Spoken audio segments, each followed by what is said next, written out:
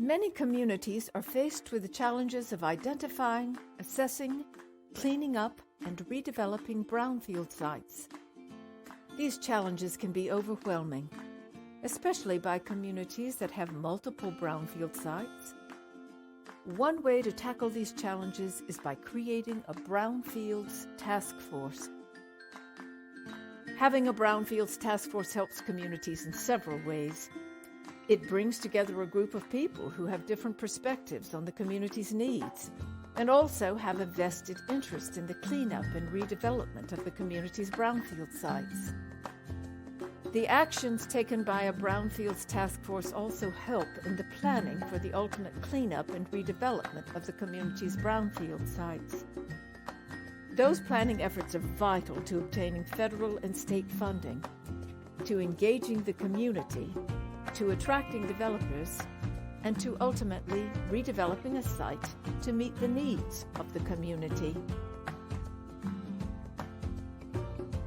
The U.S. Environmental Protection Agency, EPA, defines a brownfield as a property, the expansion, redevelopment, or reuse of which may be complicated by the presence or potential presence of a hazardous substance, pollutant, or contaminant.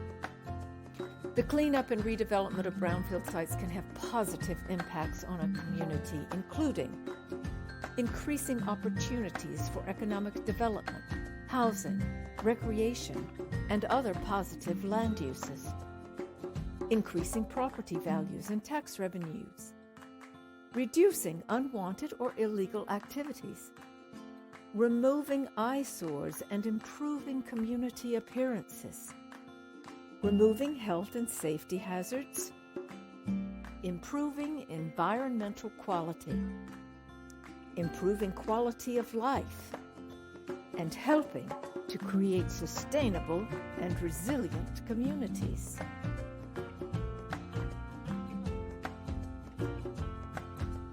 A Brownfields Task Force is a multidisciplinary group of people with a vested interest in the cleanup and redevelopment of a community's brownfield sites.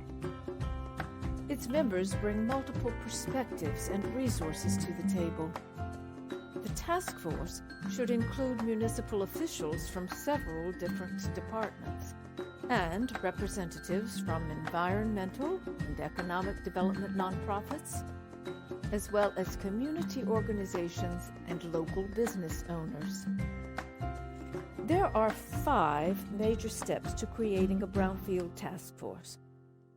First, define your Brownfields Task Force. Create a task force charter that defines the mission and objectives of the task force. These may include to identify methodologies that will lead to the creation of a unified strategy for addressing cleanup and redevelopment of brownfield sites, to guide and provide input on the assessment and cleanup of brownfield sites, to create a list of prioritized sites, to identify funding opportunities, to market the brownfield sites, to engage the community. The task force charter should also define the roles and responsibilities of the task force members. Who will be responsible for creating the agenda and taking minutes? Who will be responsible for scheduling the meetings and notifying the members of any changes? Will there be a single point of contact to coordinate all contact with the media? Or will each member respond based on their own agency's protocols? The task force charter should also address how often meetings will be held and how long the meetings last. The task force charter should define the desired outcomes of the task force, a strategic plan, a brownfields inventory, a prioritized list of sites, and/or grant applications. The task force charter should also include meeting ground rules as well as meeting procedures, such as, is this an advisory committee or a voting committee?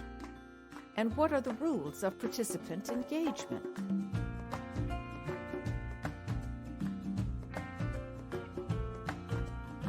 The second step in creating a Brownfields task force is to identify the desired task force members. Here are some tips on identifying your task force members. The task force size should be large enough to represent the diversity of the community's organizations, but small enough to manage. We recommend no more than 12 members. Those invited to serve on the task force should come from different divisions of the local government and different organizations that have a vested interest in the cleanup and redevelopment of the brownfield sites. Examples include the mayor or other prominent elected official, health department, police or public safety department, engineering department, planning department, economic development authority, redevelopment agency, housing department, community development department, environmental commission, parks department, environmental justice organization, faith-based organization, local business owners. The next step in creating a Brownfields task force is to create an invitation packet that provides all of the important points noted in the task force charter and stresses the importance of the invitees' participation. Once the members of your task force have been identified, select a task force chairperson who will serve as the community's Brownfields champion, who is thoroughly committed to the mission of the task force, has ample time to dedicate to the task force, and is very organized.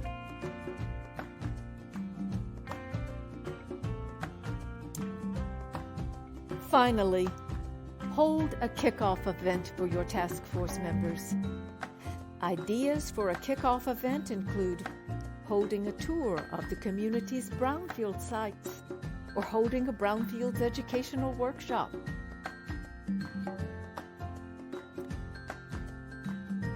The New Jersey Institute of Technology's Technical Assistance to Brownfield Communities program, otherwise known as NJIT TAB, provides free technical assistance to any government entity or nonprofit. NJIT TAB can assist you in creating your community's Brownfields task force, as well as assist you with many other brownfield-related tasks. Please visit our website, www.njit.edu/tab. Call us at 973-642-4165 or email us at tab@njit.edu.